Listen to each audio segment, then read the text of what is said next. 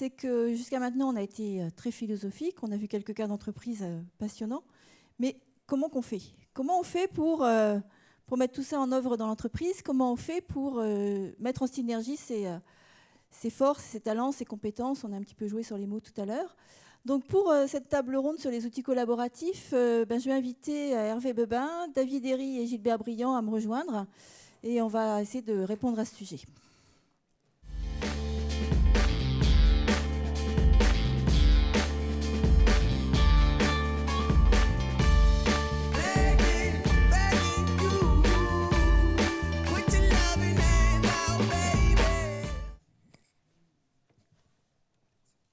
Merci messieurs. Donc parce que tout le monde ne vous connaît pas, je vais déjà vous proposer de vous présenter. Donc Hervé, on va commencer par vous. Donc, je m'appelle Hervé Bebin du cabinet SDE Consulting. Je suis consultant en système d'information et je travaille aujourd'hui quasiment exclusivement sur ce qu'on appelle les réseaux sociaux d'entreprise pour les mettre en place avec nos partenaires et nos clients. Gilbert Briand, donc je fais partie du groupe Bayer et mon activité, mon rôle au sein de la partie agricole de Bayer est de travailler sur les outils collaboratifs et entre autres sous l'angle pas vraiment technologique, mais surtout change management, comportement par rapport aux outils et l'esprit collaboratif. Donc David Herry, je fais partie de la société INEAD Conseil, société en fait qui aide ses clients à intégrer et accompagner sur la mise en place en fait d'outils collaboratifs et sur des réseaux sociaux en fait d'entreprise. Voilà, pour nous mettre dans l'ambiance, je vais vous proposer quelques petites images sur le pad. Ces techniciens ils sont. Voilà, quelques petites images pour nous mettre dans l'ambiance.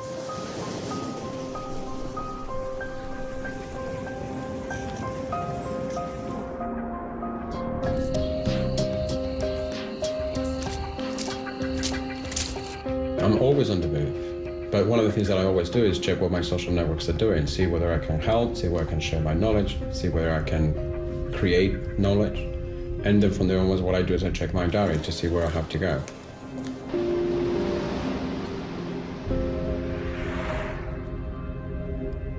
I work for IBM Madrid, my boss is in the US, I live and work in Gran Canaria, and I don't use email. It was nearly 4 years ago, right? I was coming back to the office and I found myself with like several hundred emails in my inbox. And I thought like, I'm sorry, this is not a way of productivity. I need to kill this, I need to stop that. So what I did was I basically dumped email. Easy. I wanted to find a way to become more productive again.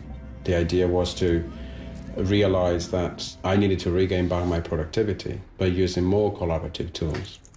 I created a blog post where I told everyone in the company and outside that I was going to stop using email.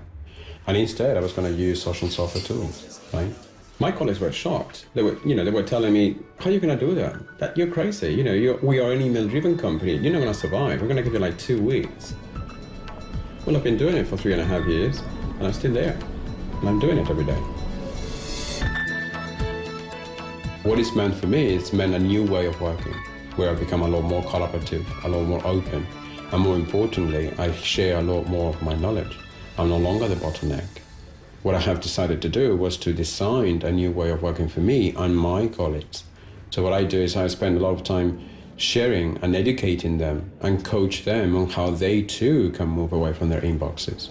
So this not just benefits the individual, it benefits the groups, the networks, and overall the company itself. Why? Because they will be able to keep people. When I started doing this, I started getting 30 to 40 emails per day. Now I'm just getting 16 per week. I was closed, private, with power struggles, into more open, transparent, and engaged tools, social networking tools. I become a lot more helpful to other people because I'm no longer just working on 1 or 2 individuals' work. I'm actually helping out the social networks become better at what they do already. With your email, right, you no longer have the control. You always depend on other people. In social networks, you control the flow. You control who you network with, who you share knowledge with, and who you collaborate with. That's the liberating movement from breaking out from the inbox. It's thinking outside of the inbox, realizing that to become more innovative, to find out new way of working, you need to encourage open collaboration, open knowledge sharing, something that email wasn't providing. So what I did was basically break the chain. The main shift for corporations is that for the first time they're realizing they have got a huge amount of hidden talent behind the firewall. The people. I'm much more powerful myself with my networks than with my inbox. Email will survive. It will still be there. There are good use cases for it. What we're going to see is we're going to see how it's going to transition from being a content repository to being a messaging and notification system. The future of work is going to be more distributed. You know, work is going to get done around social networks and communities, and we're going to have less hierarchy and more hierarchy. For the first time in 15 years, I now own the work that I do. As a story.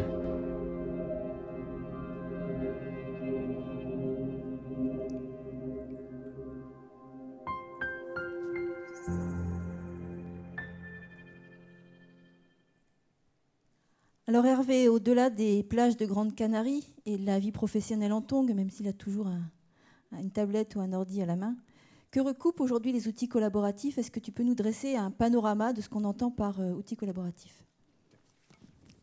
Par contre, je vais m'avancer un petit peu parce que je ne vois pas l'écran. Bon, alors je ne suis pas venu en tongs, mais j'aurais dû, hein, parce qu'avec le temps qu'il fait, chaque fois que je viens à Lille, on me dit « mais il fait toujours ce temps-là ». Alors, déjà, on va regarder... Qu'est-ce qu'on voit là-haut? On voit ce que je vois. D'accord, très bien. Alors, on va essayer de s'entendre un petit peu sur le vocabulaire, hein, au niveau des outils collaboratifs. On parle aujourd'hui beaucoup de réseaux sociaux d'entreprises et moi je propose un vocabulaire qui est réseau collaboratif interne ou réseau collaboratif étendu à partir du moment où on sort de l'entreprise et qu'on commence à associer les clients, les partenaires, etc. Après, on peut mixer à partir de ces différents mots et trouver l'appellation qui convient le mieux. On retiendra ou on ne retiendra pas social, qui est en fait social, hein. Et la traduction de social en social se discute un petit peu. Ça a d'autres consonances en langue française et en droit français. Responsabilité sociale de l'entreprise, ça fait aussi RSE, et ça fait réseau social d'entreprise. Et ce n'est pas tout à fait la même chose. Donc, selon la culture d'entreprise, on retient pas, ce n'est pas très grave. Donc on peut combiner à partir de tout ça. Ce qui est important, c'est qu'il y a quand même deux dimensions, qui est la dimension social, sur laquelle je reviendrai, et collaborative, qui sont un petit peu différentes. Il y a cette notion de réseau, et il est soit totalement interne, soit étendu à d'autres partenaires que les collaborateurs. Alors forcément, quand on parle des réseaux sociaux d'entreprise, leur histoire vient des médias et réseaux sociaux tout court. Et tout court, ça sous-entend public.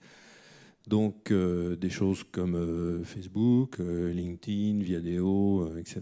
Pour n'en citer que quelques-uns, vous en avez d'autres sur l'écran, avec quelques points communs qui sont le mur ou le principe d'une timeline, d'un fil d'activité où se déroule un petit peu tout ce qui se passe, qui est un petit peu une main courante de tout ce qui m'arrive. Alors ça, c'est très important, on en reparlera tout à l'heure. Des notions de groupe et de projet ou de communauté, mais en tout cas, on regroupe après les individus, des amis, des followers, enfin, etc. En tout cas, des gens qui vont me suivre et des gens que je vais suivre, et des contenus que l'on partage. Donc ça, effectivement, on trouve bien ces points communs, et on trouve ça un petit peu sur tous les médias et réseaux sociaux publics aujourd'hui. Par contre, on a des différences avec un réseau collaboratif interne. Un premier qui est essentiel, c'est qu'on est dans un périmètre privé et contrôlé et sécurisé. Bien évident que pour beaucoup d'entreprises, on ne peut pas se permettre de prendre le risque que l'information parte à l'extérieur sans contrôle.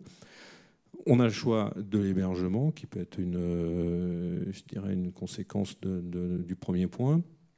On peut héberger sur le cloud, on peut héberger en interne dans l'entreprise, on peut imaginer faire du cloud privé, du cloud mutualisé, enfin, etc. On a différentes options. On a forcément la propriété des contenus, Comme c'est un environnement maîtrisé, on va pouvoir y faire des développements complémentaires avec le reste de son système d'information, et ça nous amène sur les liens avec le SI de l'entreprise. Voilà, c'était pas celui-là. Qu'est-ce qu'on va retrouver dans ces réseaux collaboratifs internes? On va retrouver des choses qu'on peut remettre sur le champ de la collaboration sociale, cette histoire de profil ou mur, tableau de bord, enfin, etc., et la gestion des contacts. On peut imaginer de trouver des échanges distants, synchrones notamment, messagerie instantanée, la vidéoconférence. Des choses qu'on connaît depuis longtemps, édition, publication de contenu, des blogs, des wikis, des forums, etc. Tout ça, c'est pas nouveau, hein, ça fait déjà 15 ans que ça existe. Du partage documentaire, très important, on va y mettre des fichiers, des documents, on va pouvoir les rechercher, etc.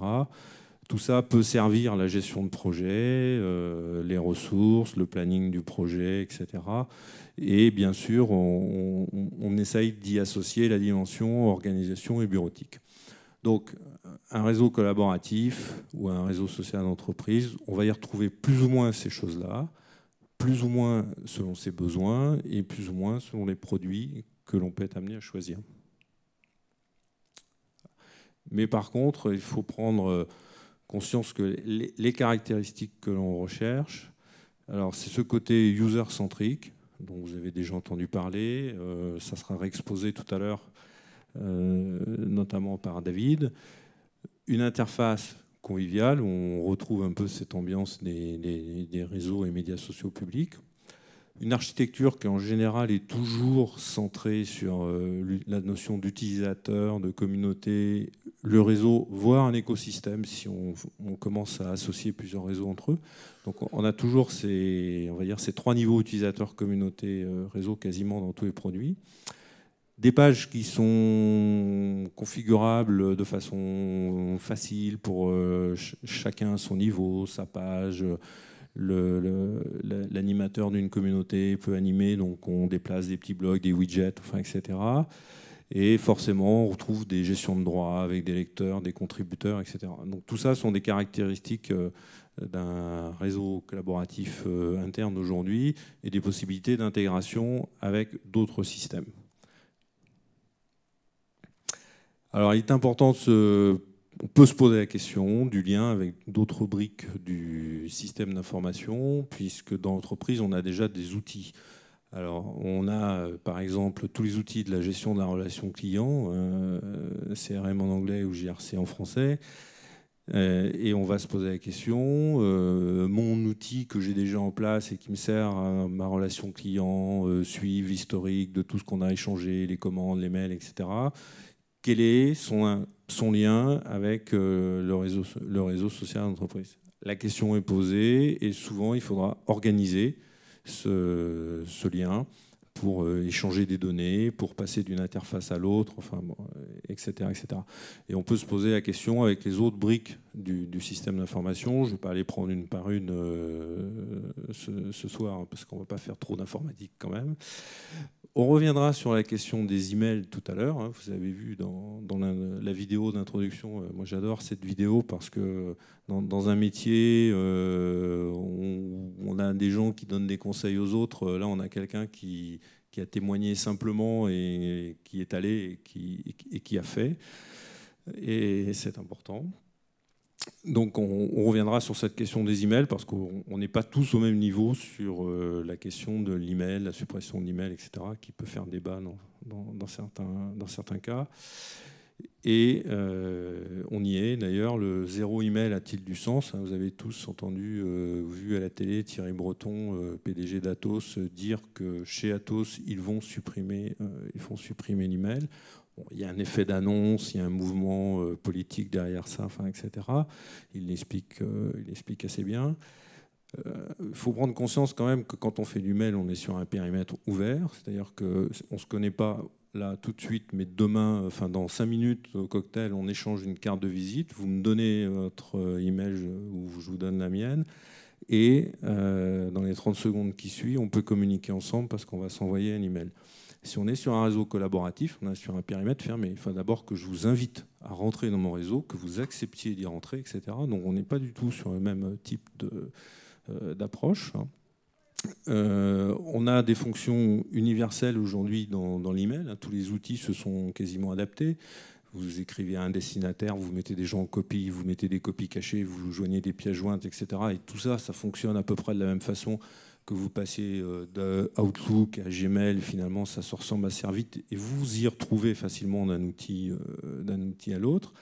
Aujourd'hui, les outils de réseau collaboratif ou RSE sont plus jeunes, sont moins matures, il y a moins d'universalité, donc chacun a un petit peu sa tendance, etc. Donc c'est moins spontané parce qu'il faut s'adapter à chaque outil.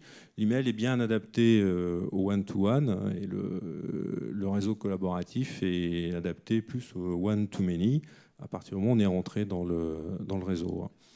L'email est très adapté aux échanges ponctuels parce que je vous envoie un fichier, je vous envoie une info, etc.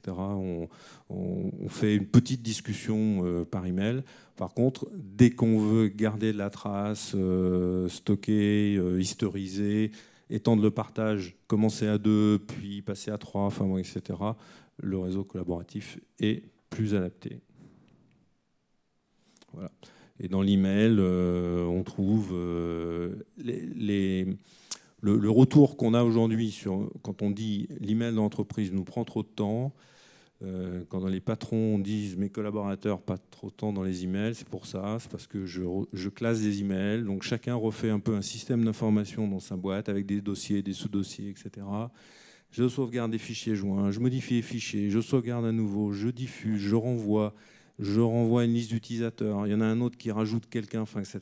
Donc à un moment donné, on a quand même du mal un petit peu à suivre dans certains cas. Voilà, bon, ça c'était pour vous donner l'exemple d'un périmètre de réseau où vous voyez au centre du schéma une liste de membres. Ces membres font partie de différentes communiqués et tout ça, ça fait un réseau collaboratif interne. J'ai la capacité à ajouter des gens qui viennent de l'extérieur, donc vous voyez sur le côté invités, membres externes, clients, partenaires, etc. Je vais créer des petits conduits sécurisés pour nous permettre de partager ensemble, par exemple, sur une communauté précise. Et on va travailler ensemble sur un projet, mais ils n'auront pas accès à tout le reste des informations. Et tout ça, qui peut paraître un petit peu compliqué, parce que c'est un schéma, entre guillemets, d'architecture, tout ça arrive sur ma page. Et c'est ça le côté user-centrique que nous redéveloppera tout à l'heure David. C'est que je n'ai pas d'effort à faire, j'ai une navigation qui est simplifiée, parce que, compte tenu des différents paramètres qui ont été mis en place, ça arrive chez moi, dans ma main courante, dans mon fil d'activité, on appelle ça comme on veut, mais en tout cas, toujours au même endroit. Merci Hervé. Donc là, on commence un petit peu à comprendre ce qu'on entend par réseau collaboratif interne. Ce qu'on constate aujourd'hui, c'est que même les grands éditeurs de logiciels s'y intéressent, puisque un an après avoir racheté Skype, Microsoft vient de racheter Yammer, une nouvelle race de solutions de collaboration qui, à la différence de SharePoint que Microsoft possédait déjà, a été conçue dans l'ère Facebook, à partir du terrain et pour exploiter toutes les nouvelles technologies sociales, mobiles et autour du cloud. Donc on voit vraiment que c'est quelque chose qui est actuel, c'est plus un projet, c'est plus utopique. Et d'ailleurs, Gilbert, est-ce que tu peux nous expliquer pourquoi tu as eu ce besoin de mettre en place le réseau collaboratif chez Bayer? Alors, moi, j'ai déjà fait une petite remarque par rapport à ça. Simplement, c'est que le réseau collaboratif est parti de l'idée simple. D'ailleurs, tout à l'heure, quelqu'un disait celui qui dit qu'il fait. Moi, j'ai eu la mauvaise idée un jour de dire c'est quand même dommage de ne pas partager tout un tas de documents qui sont équivalents d'une agence commerciale à l'autre. La France était partagée en 5 pour notre activité à l'époque. Et j'ai eu cette idée-là et on m'a dit bah, écoute, va jusqu'au bout, continue. Donc le partage documentaire, j'ai commencé à y mettre la main dedans. Et alors, il n'y avait pas Yammer, il n'y avait pas tout ça. C'était sur SharePoint et on continue sur des outils globaux Bayer pour 100 000 postes dans le monde. On a les mêmes outils pour tous et là, on fait avec, entre guillemets. Donc mon rôle, moi, c'était de dire il faut qu'on aille vers ça. Et il y avait plusieurs raisons. Il y a des raisons qui sont externes et qui sont notamment sur l'accélération de la circulation d'informations. Là, je ne fais pas allusion au partage documentaire stricto sensu, mais plutôt à ce que je vais essayer d'accélérer moi aussi en mise en place au niveau de l'entreprise, c'est d'exploiter des bases collaboratives. Nous, l'outil qui a été décidé dans l'entreprise est IBM Connection. on essaiera d'avancer là-dedans. Sauf qu'on est dans un milieu agricole où on était très tradition orale et très peu en partage, beaucoup en vis-à-vis. Et donc on leur demande de passer à l'écrit et au partage. Ce qui est quand même pas simple, et emmener tout le monde dans le bateau, c'est quand même assez compliqué. Donc ça, c'est le premier point, c'est cette accélération de l'information. Le deuxième point, c'est qu'on a une pression réglementaire de plus en plus forte. Et quand on parle d'environnement, on ne parle pas que d'environnement informatique. Dans cette journée-là, il y a la notion d'environnement stricto sensu. Et dans l'environnement, nous, on a un certain nombre de... Le Grenelle d'environnement, ce n'est pas que du vent et ce n'est pas que des paroles, même si certains peuvent le penser. Il y a de vraies contraintes réglementaires qui se mettent en place, logiques, normales, hein, il ne faut pas aller contre. Mais du coup, si ça nous oblige à avoir des positions communes pour les 350 collaborateurs, on doit avoir un seul discours sur certains domaines. Et ça, c'est un élément où on doit avoir évidemment une information mise à jour très régulièrement et que tout le monde doit adapter et adopter. Et puis, il y a des prises de décision qui doivent se prendre aussi. Et là, parfois, il faut aller très vite. Donc là, il y a deux systèmes. Hein. Le système de base documentaire qui est figé un peu et qu'on exploite au cas par cas. C'est nos bases sur lesquelles on va rebondir pour la relation client. Et puis, il y a les décisions qu'on doit prendre sur des sujets d'actualité, des sujets chauds au sens journalistique. Et ces sujets-là, il faut qu'on les traite le plus rapidement possible. Donc, pour moi, on a une urgence à mettre en place justement les outils collaboratifs pour partager ces éléments-là. Comme disait tout à l'heure Hervé, à ce moment-là, c'est one to many. On pose l'information et on prend une décision après collégiale par rapport à ces informations-là. Et puis enfin, le dernier point, c'est qu'à un moment donné, il faut bien qu'à partir de ça, les positions, les règlements, tous ces aspects qui doivent être digérés, il faut que ça arrive dans une boîte où les collaborateurs peuvent s'y retrouver et avoir la bonne information pour aller en Alsace, dans les Landes, dans le sud-ouest, dans le sud-est, porter une parole et une position de l'entreprise dans un milieu qui est extrêmement, je dirais aujourd'hui, mouvant. Donc voilà un petit peu ce que je pouvais dire à ce niveau-là. Donc ça, c'était les besoins chez Bayer. Hervé, tu accompagnes plus généralement d'autres entreprises dans la mise en place de ces outils. Qu'est-ce que tu constates comme besoin dans ces organisations que vous accompagnez ? Alors, j'ai assisté avec intérêt à une partie des conférences précédentes. Je buvais du petit lait, parce qu'au fur et à mesure que j'écoutais des conférences précédentes, je pensais à ce slide-là, que parfois je trouve moi-même un peu théorique, et parce qu'on n'a pas toujours la possibilité d'illustrer comme ça par l'exemple en faisant monter autant de monde sur la scène, mais c'était génial d'entendre ça tout à l'heure. On a des besoins de communication qui sont parfois adressés par d'autres outils, hein, ça peut être adressé par l'intranet, enfin bon, etc. Donc, mais on retrouve quand même cette notion alors, de collaboration. Évidemment, maintenir une attractivité auprès des plus jeunes. Il faut se rendre compte, on parle de la génération Y, on va bientôt sans doute parler de la génération Z. Je me demande comment on fera après, on va revenir à A, j'en ai un peu coincé là. Et je pense que voilà, c'est évident. Moi je vais vous dire, mon expérience personnelle, j'ai décidé de m'intéresser aux réseaux sociaux d'entreprise, aux réseaux sociaux tout court, au cours d'un anniversaire que j'avais organisé dans la famille. Et quand j'ai vu les gamins qui prenaient les photos, ça partait sur Facebook tout de suite, etc. Le lendemain matin, j'ai ouvert un compte Facebook que j'avais pas, je regardais ça un petit peu de loin, etc.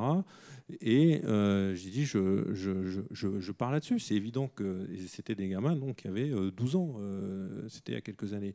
Et je dis, quand ces gamins-là vont arriver dans l'entreprise, c'est évident qu'ils arrivent avec une autre culture, et il faut non seulement les manager, mais aussi les attirer pour garder les meilleurs.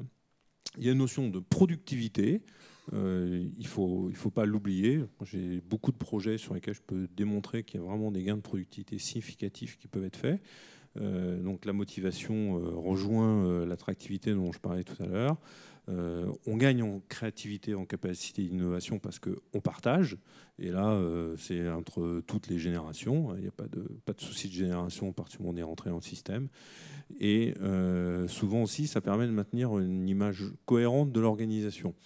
Si l'entreprise ne met pas d'outils de collaboration et de partage, il se passe souvent que les collaborateurs, les partenaires, etc., organisent eux-mêmes le partage. disant « Attends, moi je vais te créer un site vite fait sur Yammer ». Yammer s'est développé de cette façon-là parce qu'il proposait une offre gratuite. Et en fait, une fois qu'on constatait que dans une entreprise, il y avait 20% de gens qui spontanément avaient ouvert des comptes Yammer, les équipes commerciales de Yammer venaient sonner à la porte en disant vous savez que chez vous, il y a déjà 30% des salariés qui utilisent Yammer. Est-ce que vous ne voulez pas souscrire un compte payant cette fois-ci? Voilà. Donc, et c'est important de donner un outil dans lequel l'entreprise va se retrouver en termes d'image et avoir un minimum de contrôle dessus. Alors David, concrètement, quelles sont les solutions qu'on peut apporter à ces organisations qui veulent mettre en place ces RCI? Quelles sont les briques qui peuvent être mises en place? Alors déjà, un point important, c'est qu'il ne faut jamais raisonner outil. Donc ça, c'est une certitude. Il faut bien en fait raisonner par rapport en fait à un besoin et à des contraintes d'entreprise. Donc il faut tout de suite en fait trouver le correspondant qui permettra d'identifier en fait la stratégie d'entreprise et qui déclinera en fait, voilà, moi je veux un réseau d'entreprise pour gagner en efficacité. Donc Hervé, tu parlais en fait de productivité. J'ai mis en place en fait un réseau d'entreprise pour une société sociale. Et elle m'a dit, moi je veux pas être plus productive, moi je veux être plus fluide. Et c'était en fait conditionnant par rapport en fait au choix d'outils. Donc ça c'est déjà très important. Donc bien comprendre en fait le besoin et surtout par rapport à ça, aller vite et faire face, comme tu le citais, à des problématiques en fait terrain et d'adoption en fait de la solution. Souvent en intégrant une solution, on ajoute un autre outil et cet autre outil doit être bien pris en main et bien compris par les gens. Donc là, justement, comme la vidéo le montrait, on est parti du mail. Alors il faut savoir que le mail, c'est très intéressant en fait en termes de contenu. C'est une richesse pour l'entreprise. Ouais. Donc par rapport à ça, c'est qu'aujourd'hui, on a un flux d'informations et le flux d'informations, il est capté en fait dans l'email et on peut en faire plein de choses. Et en fonction de l'utilisateur qui va lire le mail. Typiquement, un mail lu par un dirigeant ou par quelqu'un d'opérationnel n'a pas en fait la même visibilité. Et ça, c'est très important. Donc on voit bien, en fait, on collabore, on échange en fait de l'information et cet échange d'informations, elle est lisible par des utilisateurs différents. Donc on voit bien que là, c'est l'utilisateur en fait qui est au centre de l'information, qui capte l'information, qui gère l'information et qui, l'exploite en fonction de son besoin. Donc là, en fait, on a une forte richesse dans l'entreprise et on gagne en capitalisation et en génération en fait de valeur. Donc l'utilisateur est au centre en fait de l'utilisation et de la capitalisation en fait de l'information et du contenu. Et surtout, on a plusieurs axes. Donc ça, c'est un exemple justement d'axes possibles et de cas d'utilisation. Par exemple, il faut se poser les bonnes questions. Est-ce que je veux pousser à l'innovation? Aujourd'hui, on a parlé beaucoup d'innovation. Il faut se poser, dans mon entreprise, je travaille sur un domaine technologique, concurrentiel, je réfléchis à faire évoluer mon offre. Voilà, ok, pourquoi pas partager avec les différents collaborateurs. Je recherche en fait des talents, de l'expertise. Je me pose les bonnes questions. J'ai des problèmes. J'ai des personnes dans mon entourage potentiellement qui pourront m'aider. Je ne les connais pas. Il y a des entreprises qui sont disséminées dans plusieurs parties de la France, du monde. Potentiellement, il y a quelqu'un qui pourra m'aider sur un sujet. Et je pourrai partager avec lui l'information et grandir avec lui. On voyait bien dans la vidéo, c'était quelqu'un qui était isolé, qui échangeait dans un réseau social et qui grandissait au travers de son réseau social. Donc mettre en contexte, c'est intégrer une équipe projet. Aujourd'hui, il est plus facile d'initialiser un projet quand tout est établi et quand on est capable en fait de communiquer rapidement. C'est bien un sujet important, c'est la communication. C'est une autre forme de communication. On parlait en fait de la communication orale. Aujourd'hui, c'est une forme de communication. Il faut bien faire prendre conscience aux personnes et aux gens qu'il y a des modes de communication par l'écrit, par le transfert de savoir, par la capitalisation justement de l'échange. Et par rapport à ça, il y a un autre critère, supporter le travail collaboratif. Voilà, donc j'ai besoin de collaborer sur un projet, j'ai besoin en fait d'échanger, de stimuler, j'ai en fait besoin de travailler à distance. On voyait sur un critère avant le travail à la maison, le home working. Moi, j'ai poussé dans mon entreprise de mettre un espace collaboratif pour pouvoir gérer mon temps. Et pourquoi gérer mon temps? C'est pour être plus productif, voilà, et avoir une fluidité en fait dans ma façon de travailler. Voilà. Donc là, un exemple, il y en a, comment dire, plein des exemples. J'ai voulu prendre en fait un exemple simple de ma vie courante. Il y a un ingénieur qui a une problématique qui ne sait pas comment le résoudre. Il va chercher comment avoir l'information. Il va dans son réseau social. Et dans son réseau social, il va pouvoir trouver comme quoi l'éditeur n'est plus référencié parce qu'en fait c'est une gestion de contenu. Suite à ça, il va rechercher dans l'entreprise, il y a peut-être quelqu'un qui connaît ce savoir-faire. Ensuite, après, il a à l'autre bout du monde, bon, l'Allemagne, nous, c'est pas loin, mais à l'autre bout du monde, qui connaît cette information. Il va lui dire, oui, j'ai travaillé sur le sujet, je l'ai résolu, en fait, ce bug il y a 2 mois. Il va lui fournir, en fait, l'information et, en plus, il aura, en fait, résolu un bug critique dans la journée.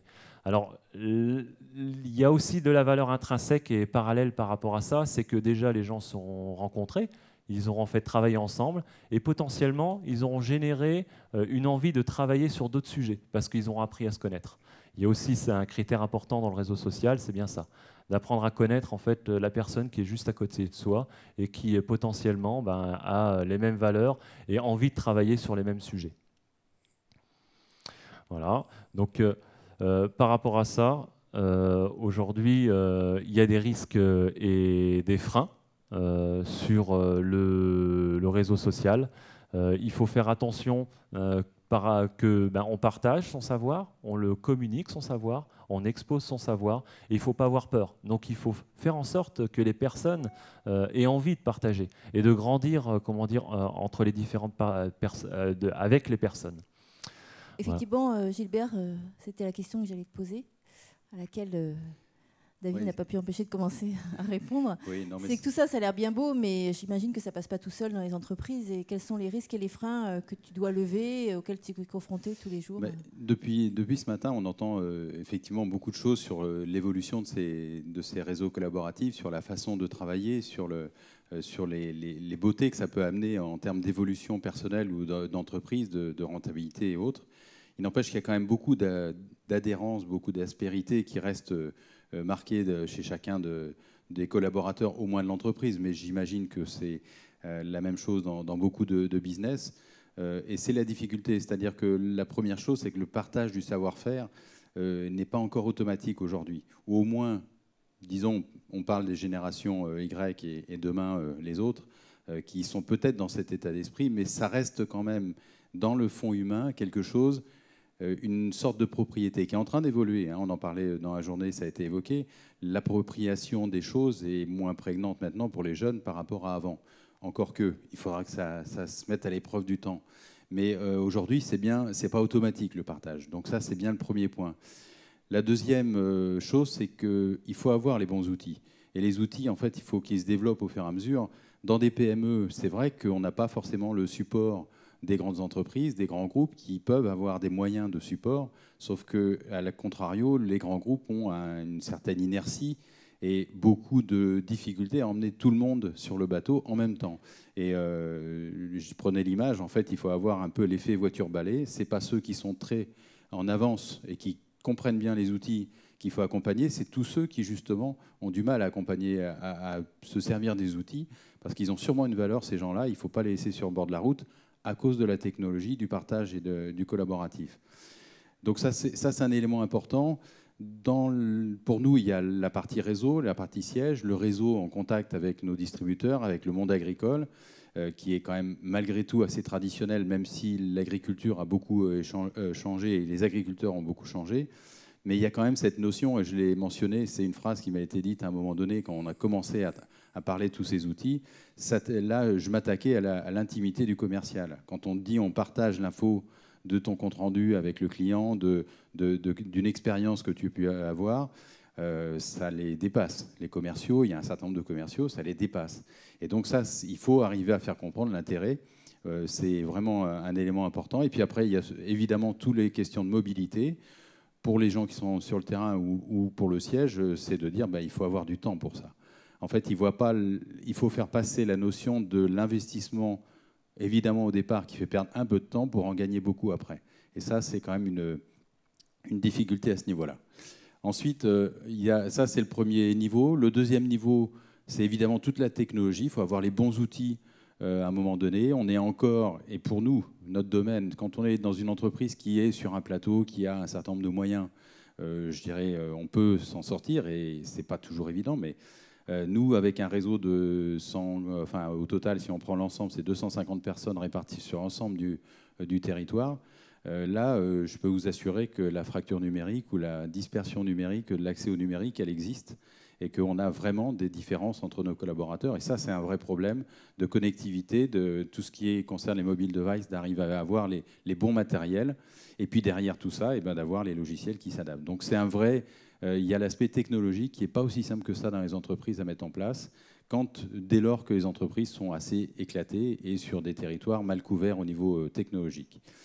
Et puis après, il y a l'autre notion, alors là plus sociale au sens social français, c'est que l'autre niveau de risque et de frein, c'est celui que j'ai noté ici en quelques mots, la crainte de partager trop et du coup d'être fliqué, entre guillemets, par ces outils.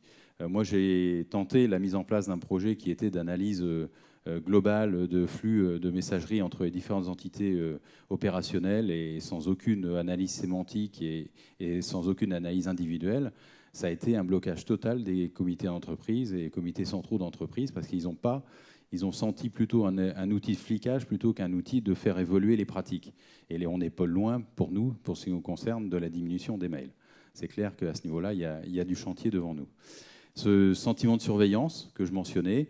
Et puis le dernier, et qui est nouveau pour nous, c'est qu'en les amenant à dire il faut collaborer, il faut partager, il faut faire part de votre expertise, donc où la contrepartie, c'est de dire on peut vous faire grandir et vous pouvez vous mettre en valeur. Et la personne de Laurent Merlin donnait un exemple d'une personne qui a pu mettre en valeur son expertise personnelle. Moi, j'ai eu des retours en disant mais tu te rends pas compte, si je dis que je suis expert sur tel domaine, je vais être débordé d'appels. Donc c'est l'autre côté, et ça, c'est pas si simple que ça à faire passer un moment ou un autre dans un réseau relativement important. Alors, si moi je suis dirigeant d'entreprise dans la salle, que vous m'avez tous convaincus, qu'est-ce que je fais demain matin dans mon entreprise pour commencer à mettre en place un réseau collaboratif interne? Comment je m'y prends?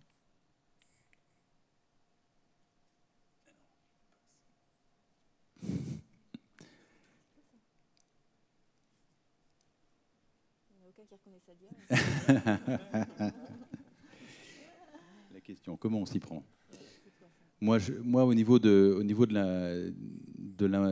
l'implémentation à ce niveau-là, je pense qu'il y a, surtout quand on développe ça, il faut bien évaluer le besoin par rapport au métier. On ne change pas les métiers par rapport à un outil qu'on veut mettre en place. C'est l'outil qui doit s'adapter aux pratiques qui existent. Alors évidemment, il faut amener les gens dans une évolution, mais ça, c'est le premier point.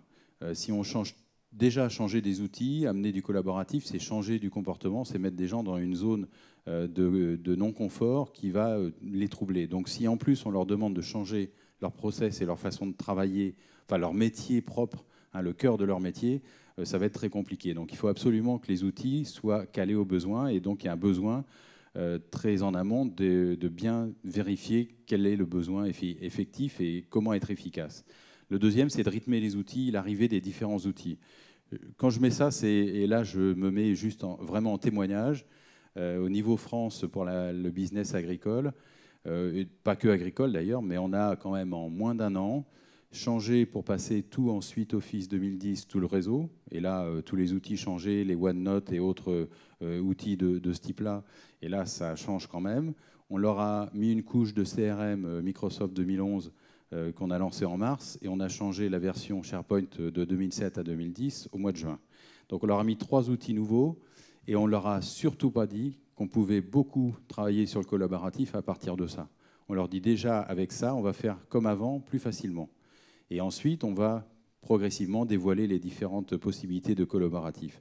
Mais ça, c'est très important, et nous, on a été obligés de rythmer l'arrivée de ces outils avec une contrainte liée au groupe qui nous les amenait au fur et à mesure. Et il a fallu évidemment qu'on aille à un rythme un peu plus soutenu que ce qu'on aurait souhaité, mais c'est très important. Si on fait des évolutions, il faut vraiment les rythmer dans un moyen terme, je dirais 1 à 2 ans minimum, pour avoir une perception de ce qu'on peut faire. Et puis, sur la fin de cette dia, en fait, c'est surtout à un moment donné de s'appuyer, ça a été dit, sur des ambassadeurs, des gens qui ont réussi, qui sont bien dedans, dans leur peau, dans ces outils-là, les utiliser comme relais, parce que c'est vraiment eux qui vont arriver à montrer l'intérêt des outils. La deuxième chose, c'est qu'il ne faut surtout pas oublier, je le redis, ceux qui sont en difficulté, parce qu'eux, ils font partie de l'entreprise, et on ne peut pas les mettre en zone de panique par rapport à ces outils-là. Et donc, il faut absolument aller les chercher. Et là, nous, on est arrivé à faire jusqu'à de l'individuel, 3 couches, des couches par organisation hiérarchique, de formation, une deuxième couche par groupe d'entités, réponse à des besoins un petit peu plus par petites entités, des rendez-vous hebdomadaires, et puis ensuite vraiment de la formation individuelle mise à disposition de chacun pour surtout ceux qui se sentent les plus loin de la mécanique. Et puis le dernier point, pour nous, c'est après d'arriver à définir un certain nombre d'indicateurs qui vont permettre aux uns et aux autres de se rendre compte de la productivité ou de la fluidité qu'on aura mis dans le système pour faire avancer tout le monde. Et aujourd'hui, j'ai à peu près la conviction que plus de la moitié des collaborateurs se disent c'est encore du boulot en plus et c'est pas du gain. Donc il y en a vraiment du travail encore à faire à ce niveau-là. David, quand tu mets en place des solutions dans les entreprises, qu'est-ce que tu leur préconises comme bonne pratique ? Alors la première chose, j'essaye de comprendre le client, c'est-à-dire quelle est sa stratégie et de connaître en fait le client par rapport à ses problématiques. Donc là, j'ai un client, sa problématique, il a un turnover de 60%. Alors c'est choquant d'avoir un turnover de 60%. Il me dit mais c'est normal, c'est parce qu'en fait moi je prends en majorité des étudiants. Ok, donc turnover fort. Alors maintenant, ta problématique, c'est la capitalisation. Donc là, sa problématique, c'est la capitalisation. Et je lui trouve en fait une solution de capitalisation. Et surtout, la problématique, c'est que les personnes étant en fait des personnes très jeunes, ils vont vouloir en fait avoir une vision. Ils font du Facebook tous les jours. Donc, je propose un outil qui ressemble en fait à ce qu'ils utilisent le soir. Et très rapidement, on s'est aperçu que dans cette entreprise-là, il y a eu un gain fort. Déjà, quand quelqu'un part de l'entreprise, il a stocké toute sa connaissance et son métier et quand il a travaillé au sein de l'entreprise. Et de l'autre côté, la personne, elle revient vers la RH, elle dit moi j'aime ce processus parce que je travaille en fait de façon innovante. J'ai même l'impression de ne pas mettre beaucoup d'efforts parce que c'est très simple, c'est ma vie de tous les jours. Et en plus, j'ai appris énormément parce que c'est un outil d'entreprise, donc il faut qu'il soit structuré, chose importante. Ça a beau être un réseau social, il faut qu'il soit structuré et il faut qu'il s'adosse sur les processus métiers. Voilà. Donc c'est bien connaître le client, la population et le processus. Et ensuite, porter le projet pilote. Et quand on dit projet pilote, c'est l'interlocuteur qui va faire vraiment émerger dans l'entreprise et porter la solution pour la pérenniser.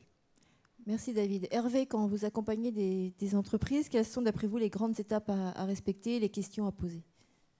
Voilà, donc on a organisé un petit peu sur ce chapitre-là en disant vous avez un projet demain matin, vous avez un projet à l'entreprise, qu'est-ce que vous faites demain matin ? D'abord, il faut se repérer dans l'offre, et ça, c'est vrai que c'est pas très facile, puisque aujourd'hui, en solution de réseaux sociaux d'entreprise ou d'outils collaboratifs, personnellement, j'ai recensé à peu près entre 80 et 100 solutions disponibles sur le marché, avec des entrées différentes. Et sur l'adresse du blog que vous avez sur Adiapo, mais peut-être que c'est des infos qui peuvent être communiquées après aussi, si vous n'avez pas le temps de noter. Récemment, je publie la liste de 80 solutions. Donc, bien évidemment, vous n'allez pas essayer 80 solutions et regarder dans le détail 80 solutions. Il y a forcément des questions structurantes. Tout à l'heure, Bis disait on utilise Google Apps. Bon, voilà, par exemple. Et ça, c'est une contrainte. Si dans l'entreprise, vous utilisez une solution comme Google Apps, ça veut dire qu'on est déjà dans une culture du mode SaaS, enfin, bon, etc., du tout en ligne, etc. Vous n'allez pas choisir les mêmes solutions que si dans la culture, vous êtes très Microsoft, SharePoint, etc. Donc forcément, il y a des points structurants. Et si ces points structurants sont majeurs et ne peuvent pas être remis en cause, forcément, de 80 solutions, vous allez passer tout de suite à 10 ou 15 ou 20. Pour aller vite et conclure ce point-là, il faut avoir conscience qu'on a aujourd'hui un marché qui est intéressant avec le développement de ce qu'on appelle les solutions en mode SaaS, Software as a Service. Donc vous louez les solutions en payant un droit d'usage qui est en général proportionnel aux utilisateurs et mensuel. Donc ça permet de mettre en place très très vite des projets, des pilotes, des expérimentations à des coûts qui sont relativement intéressants. Et c'est vrai qu'on voit ces solutions se déployer assez vite.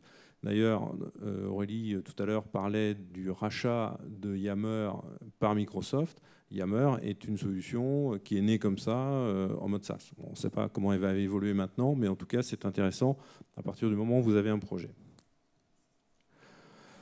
Ensuite, il faut cadrer son projet. Un projet de mise en place de réseau collaboratif, c'est un projet comme un autre. Alors, il peut être différent selon que vous faites quelque chose qui est expérimental ou quelque chose qui est totalement étendu. Dans le cas de Bayer, on a un projet qui est étendu tout de suite à l'ensemble des collaborateurs. Donc forcément, c'est très différent d'un projet expérimental où vous avez aujourd'hui à peu près tous les grands comptes du CAC 40, BNP, La Poste, enfin moi, etc., qui ont déjà fait plusieurs expériences de réseau collaboratif sur des sujets précis et qui ont utilisé des petites, entre guillemets, solutions du marché en mode SaaS parce qu'on était dans la catégorie expérimentale. Peut-être qu'après, quand ils vont passer à un projet étendu, ils vont faire un autre choix de solution. Donc ça, c'est un paramètre qu'il faut intégrer. Ensuite, il faudra déterminer une expérimentation. Vous avez intérêt à faire une expérimentation, et là, j'y reviendrai tout à l'heure. Après, la question se pose de faire un cahier des charges ou pas un cahier des charges. De façon assez classique, quand on envisage d'acquérir un nouveau logiciel, on dit il faut faire une analyse des besoins, il faut faire un cahier des charges, il faut lancer une consultation, enfin, etc.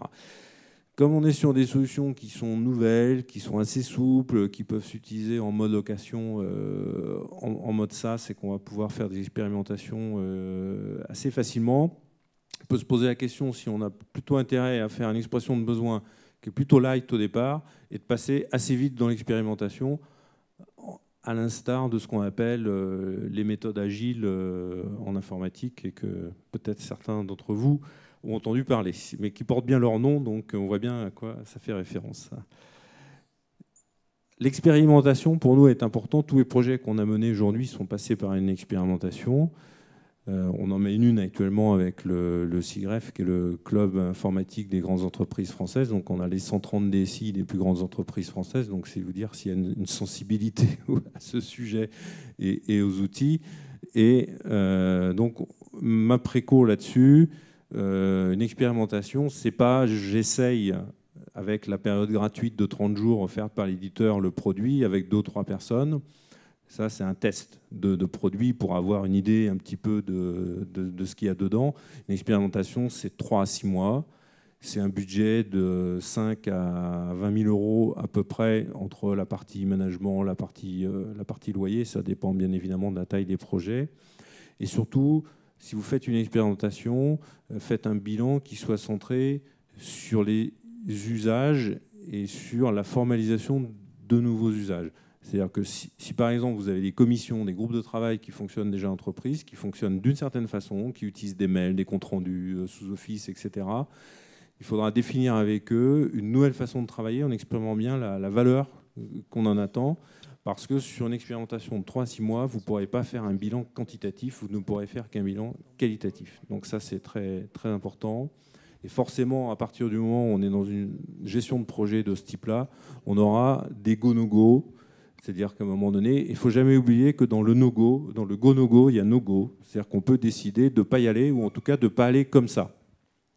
Donc vous pouvez mettre un go-no-go après une période de cadrage, qui est une période plutôt, on va dire, papier, mais qui vous fait une étude d'opportunité, vous voyez ce que ça représente en termes de coûts, etc. Et un go-no-go après la période d'expérimentation. Voilà. Si vous faites ça, vous êtes à peu près sûr de réussir votre projet. Ou de pouvoir arrêter à temps. Et dernier point qui fait souvent débat dans les réseaux sociaux, parce qu'on est quand même plutôt dans le qualitatif, c'est le ROI, le retour sur investissement français, sur lequel vous pouvez mettre au numérateur effectivement des gains de productivité. Alors là, on peut peut-être les mesurer, mais il ne faut pas rêver, ça dépend de la culture d'entreprise. Si dans votre entreprise, il n'y a pas de processus, il n'y a pas d'indicateur de processus, ça veut dire que vous êtes dans une culture de non-mesure et que tout d'un coup, parce que vous allez mettre en place un réseau collaboratif interne, vous allez être capable de mesurer. Alors là, c'est pas la peine. Et là, il faut bien se dire que quand même, sur les retours sur investissement, on est quand même souvent dans un exercice qui consiste à essayer de faire plaisir aux contrôleurs de gestion. Ceci dit, c'est une vraie question et il ne faut pas l'éluder.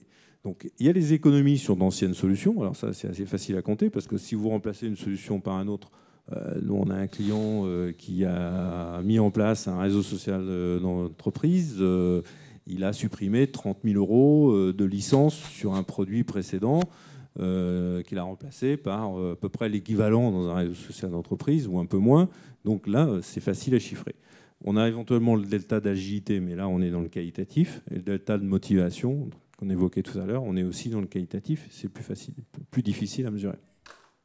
Au dénominateur, vous mettrez l'investissement externe, le temps passé, qu'il ne faut pas négliger, toute la partie hébergement, licence, maintenance informatique. Mais si vous êtes en mode SaaS, la petite parenthèse a dû glisser sur la diapo, mais tout ce bloc-là, ça passe sous forme de loyer et c'est beaucoup plus facile à contrôler. Et puis le temps de gestion de projet. Alors, parce que la connexion, c'est bien si on arrive à un moment à déconnecter. Avant de conclure et de passer aux questions, enfin surtout de passer aux questions, on voulait vous montrer quelques images. Tu cliques. Clique à gauche. Voilà.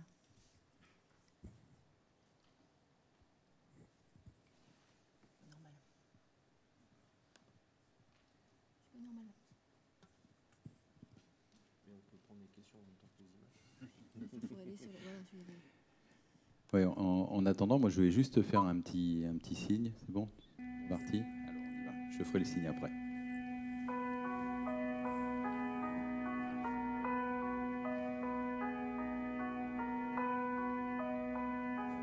On est toujours sur une plage. Hein, quand même.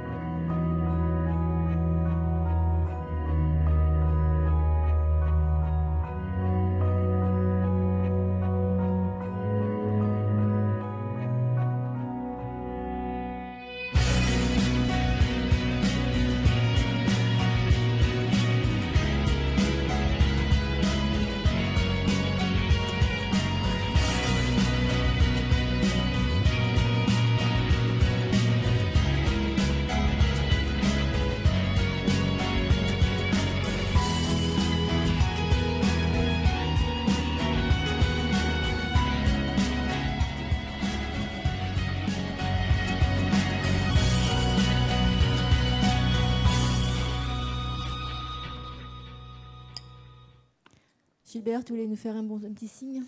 Oui, je voulais jouer par rapport à ce qui a été avancé et expliqué en termes d'évolution d'outils. Je n'aurais pas non plus resté en disant OK, ils ont envie de faire et ça avance pas beaucoup. J'ai entendu ce matin que quand quelque chose, et je crois que c'est Clara Guémard qui le disait à propos de son père, en disant quand je ne trouve pas la clé d'une porte, j'essaye de rentrer par une autre porte, j'essaie d'en trouver une autre. Donc le collaboratif, nous, si on arrive à le faire déclencher, on a choisi de faire un outil de développer un outil d'argumentation et de connaissance de nos métiers réciproques, puisque quand on est dans l'agricole, on ne connaît pas la pharmacie, on ne connaît pas les matières plastiques techniques, et inversement. Et donc on a mis en place au niveau du groupe en France un Serious Game qui permettra à chacun de s'exprimer sur les arguments qu'il peut développer ou entendre, et donc faire développer des expertises à ce niveau-là. Et ça, c'est l'autre entrée pour mettre du collaboratif un peu ludique, et surtout pour pouvoir faire du lien entre tous les collaborateurs de Bayer en France. Donc c'est une autre façon de mettre le collaboratif en route et de peut-être faire passer une marche supplémentaire. Merci. Alors, est-ce que vous avez quelques questions à poser à nos experts du collaboratif? On voit rien du tout, en fait, ici. Oui, il y a une question là-bas au fond. Je ne sais pas qui a le micro. Merci. Bonjour, Xavier Gendron. La question s'adresse plutôt a priori au Conseil, à SDE, pour sa vue transversale du marché. On entend beaucoup parler donc, de RSE, de mise en place en tout cas de tests, de pratiques au sein des grands comptes. Que pensez-vous des PME et du mid-market? Puisqu'on voit quand même que même en 2012, il y a encore pas mal de PME qui résistent ou ont des difficultés à implémenter des outils de type gestion de la relation client. Est-ce qu'il y a une certaine maturité, à votre avis, des dirigeants d'entreprise pour mettre en place ce genre de choses et les bénéfices qu'ils pourraient en retirer? Alors, il y a peut-être plusieurs questions dans la même. La maturité, on est au début. C'est clairement, on est aujourd'hui dans une phase d'évangélisation. Et quand on prend le temps d'expliquer, de présenter, comme on vient de le faire là, éventuellement tête à tête, enfin, etc., il y a aujourd'hui 80% des dirigeants, et je parle bien des dirigeants de PME, qui disent « oui, c'est bien, il y a quelque chose à faire avec ça ». Après, pour passer à un autre cap, les outils pour les PME, il y a aujourd'hui disponibles sans souci. C'est peut-être le réseau collaboratif interne qui peut amener au logiciel de CRM, de gestion de la relation client, que l'inverse, peut-être. La vision qu'on a dans les PME aujourd'hui, jusqu'à quelques centaines de collaborateurs ou d'acteurs, c'est de dire que le réseau social d'entreprise ou réseau collaboratif interne peut devenir l'équivalent de l'intranet. Parfois, il n'y avait pas d'intranet dans ces mêmes entreprises, mais avec tout de suite une dimension ouverte, collaborative, transparente, enfin, etc. On retrouve toutes les caractéristiques que l'on a évoquées là. Et après, on va chercher l'information là où elle est. Donc il y a un véritable enjeu pour les PME. Et je pense que le marché des grands comptes va être adressé par les grands éditeurs. Parce qu'Aurélie a cité tout à l'heure Microsoft qui rachète Yammer, mais vous avez aussi SAP qui a racheté SuccessFactors, et SuccessFactors, dans son offre, un réseau social d'entreprise qui s'appelle JAM, et maintenant SAP le met gratuitement à disposition des clients SAP, par exemple. Et on a plein d'autres exemples aujourd'hui. Vous avez Cisco qui avait une offre qui s'appelait Cisco Quad, qui a transformé en WebEx Social, et qui est en train de développer cette offre, et ainsi de suite. Donc les grands éditeurs, les grands comptes, bon, ça va bien marier ensemble. Il y a un champ énorme qui est ouvert pour les PME, pour répondre à votre question. Est-ce qu'il y a une autre question? Je voudrais juste rajouter par rapport à la PME. Donc il faut savoir justement par rapport aux outils collaboratifs, aujourd'hui, les utilisateurs qui utilisent en fait ces outils sont très matures et ils ont une forte indépendance et autonomie en fait de travail sur ce genre d'outils. Il y a possibilité de mettre en fait des applications open source pour aider en fait à la conduite de changement, comment dire, à très très bas coût et avec un apport fort en termes de productivité et de fluidité. La seule chose qui est importante à prendre en compte, c'est bien ne pas perturber en fait le processus général en fait de l'entreprise. Donc c'est se poser en fait la bonne question, et avec la bonne question, rapidement, et quand je dis rapidement, hein, c'est en moins d'un mois, répondre en fait à un besoin et évoluer et être source en fait génératrice de valeur. Donc il faut juste prendre par le bon bout, choisir le bon outil. Aujourd'hui, il y a plein de personnes en fait, qui utilisent ça de façon quotidienne et qui sont capables en fait, d'apporter et répondre en fait, aux besoins de l'entreprise. Donc voilà une réponse bien complète maintenant. Est-ce qu'il y a d'autres questions?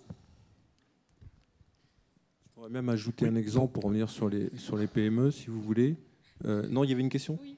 Ah bah je réponds. Oui, je voulais citer simplement pour compléter ma réponse à votre question, un exemple que l'on a accompagné qui s'appelle le Centre national d'expertise hospitalière, qui en fait est une PME. Et il y a 70 collaborateurs, il y a des experts freelance, enfin, etc. Et il y a les clients. Et ils ont décidé de mettre en place un réseau collaboratif, à la fois interne et à la fois étendu. En fait, c'est 2 réseaux dans un écosystème. Et ils ont lancé des communautés professionnelles avec leurs clients. Et c'est une entreprise, vous voyez, de 70 salariés. Donc on est sur un budget de fonctionnement annuel de cet outil qui va être de l'ordre entre 10 et 15 000 euros par an, donc, et avec une très très forte valeur attendue de la collaboration avec les clients sur lesquels ils vont rechercher à être en avance sur leur sujet d'expertise. Et la vraie question, elle est là, c'est quelle valeur je veux trouver ? Alors la question suivante. Oui, bonjour. J'avais une petite question concernant les retours liés à une étude d'IBM qui vient d'être publiée il y a quelques semaines, voire mois, qui faisait état que globalement au niveau mondial, sur un échantillon d'un peu plus de 1600 entreprises, de très très grosses structures et de petites structures, on avait aujourd'hui un taux d'échec en moyen sur ces projets de 73%. La question, c'est de se dire aujourd'hui, qu'est-ce qui, par rapport à tout ce qu'on a appris du passé, fait qu'aujourd'hui, nos approches sont différentes et vont fonctionner dans les entreprises qu'on accompagne.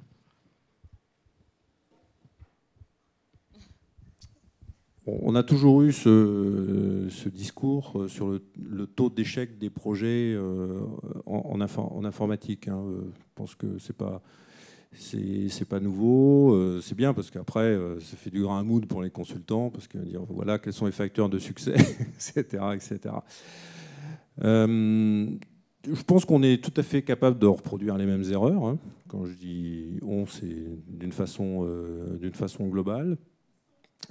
On a exactement les mêmes problématiques. Je l'ai mis tout à l'heure dans une slide. C'est un projet comme un autre, peut-être un petit peu plus sensible parce qu'il va avoir une dominante de communication, de transversalité, et on va tout de suite plus facilement aller toucher les gens. Tout à l'heure, Gilbert parlait de l'inégalité suivant le territoire, mais aussi il y a l'inégalité devant les outils, enfin, etc., tout simplement en fonction des comportements. Vous avez des personnes qui, dans un réseau collaboratif, disent mais il faut vraiment que je mette ma photo à l'intérieur, quoi. Première action. Et vous avez pensé un super projet, on a utilisé des grands mots, voire pourquoi pas la sérendipité, qui est un mot à la mode, on peut en parler si vous voulez, qui est très intéressant d'ailleurs. Et puis votre projet, il démarre et il commence à bloquer parce que dans un réseau, vous avez 200 personnes qui sont ciblées, il y en a la moitié qui ne veulent pas mettre leurs photos, quoi. Alors là, ça vous fait tomber sur la réalité. Moi, je réponds à ça. On identifie, je dirais, la valeur, ce qu'on veut gagner. Après, tout ce qu'on fait, on le compare par rapport à ça. C'est-à-dire qu'on vérifie qu'on obtient bien cette valeur ou qu'on est sur le chemin pour l'obtenir. Et expérimentation. Et vous faites des bilans et vous dire, voilà, est-ce que j'obtiens la valeur? Est-ce que je n'obtiens pas? Qu'est-ce qui manque? Comment je rectifie? Etc. Si on fait ça, déjà, après, les recettes magiques, on peut en multiplier pas mal, quoi. Je rajouterais, je suis en accord par rapport avec ça, c'est vraiment en fait le pragmatisme. Et c'est, comment dire, comme tout projet en fait innovant, qui est aujourd'hui en fait pas forcément totalement mature. Il faut savoir prendre des risques, il faut mesurer les risques. Et si on a envie d'aller en fait vers l'innovation, ça sera générateur en fait de valeur. Donc il faut en fait positionner sur le segment et le process qui va, comment dire, avoir le retour le plus rapide en termes de valeur. Le positionner, se faire une expérience, et toute expérience, de toute façon, elle est bonne à prendre. Donc aujourd'hui, en fait, les taux d'échec, je dirais, je me méfie, parce qu'en fait, je sais très bien, on parlait d'agilité.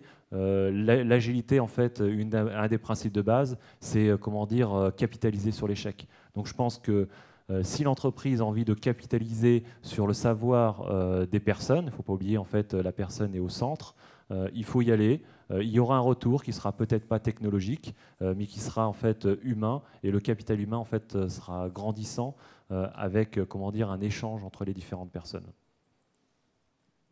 N'oubliez pas que le mode SaaS existe aujourd'hui, et je vais recouper sur les deux questions, parce que sur l'histoire de la PME et de l'exemple que j'ai cité, le patron de la PME en question, on lui avait proposé une mise en place de SharePoint.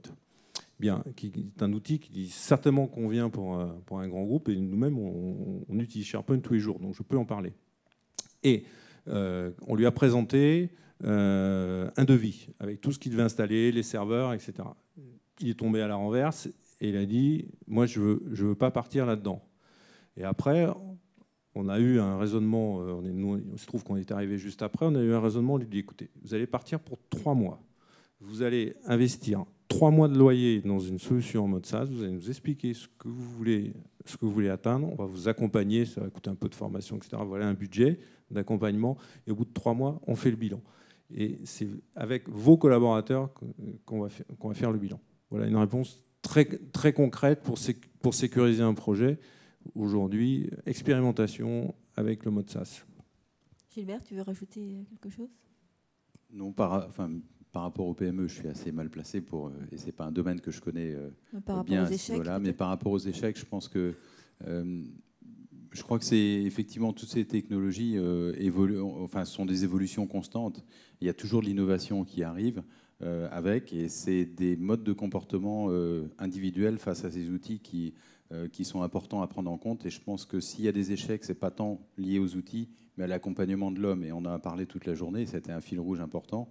Et je crois qu'on a, pour beaucoup, ces outils-là ont amené une couche de technologie et de fonctionnalité, mais on n'a pas mis l'humain et la personne et les gens qui vont utiliser ces outils dans le projet suffisamment tôt.